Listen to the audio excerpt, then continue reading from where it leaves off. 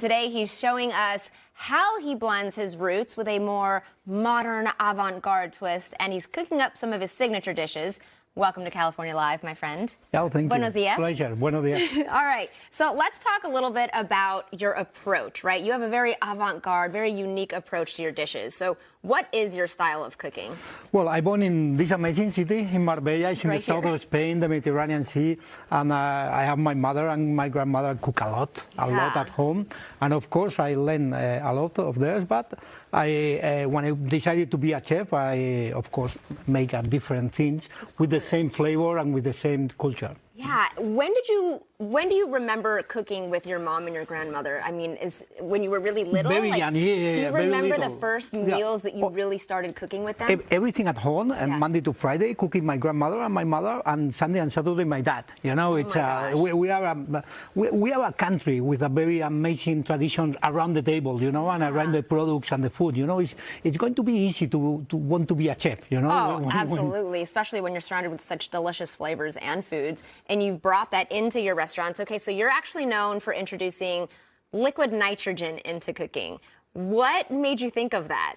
Well, my mom called to me first time when I do in the television in Spain. I say, "What are you doing?" You know, it's like so that's strange. not cooking. Oh yeah. She said to me, you know, but I try to explain. You know, it's a new technique for use for the olive oil, for example. You can do a lot of different kind of forms with the olive oil, and you can eat directly the olive oil. And normally the olive oil is to a dressing, to cook, but it's not to eat directly, you know, and with the temperature and the texture, you can change a lot of things, you know. Yeah, what do you hope when people eat your food? I mean, obviously you want them to like it, but do you want them to be like, wow, this is so unique, I never would have thought of it, or do you just expect them to be like, okay, that's it, this is delicious, like I don't need to know anymore?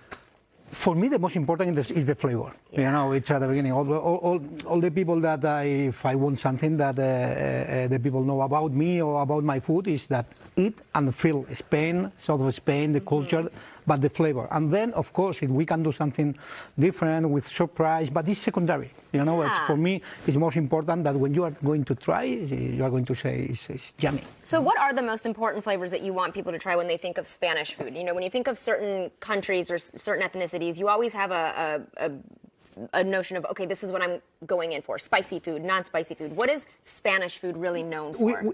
Simple.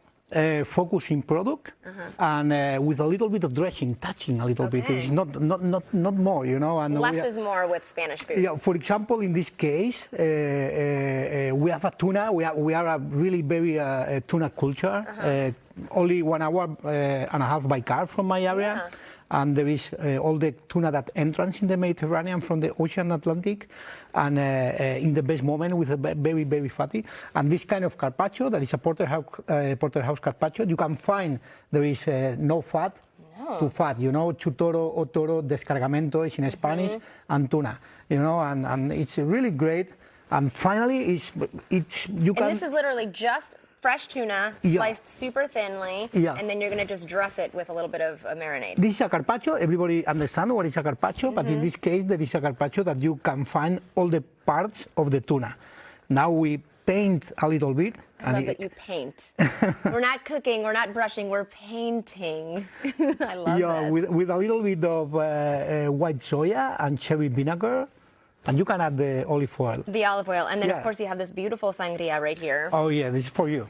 Oh, okay. All right, perfect. I will take that. And then what are these little brioche buns? So I just drizzle? Yeah, but no doubt. More. It's Spain, you know. There is a lot of. All right. It's okay now. And now I'm going to use. And then while I have a sip of this, tell me about this brioche bun. This brioche bun is the oxtail of my mom. Oxtail also, it's a very traditional stew in Andalusia. But I take the oxtail that normally is with a bone, you know, and it's more rustic.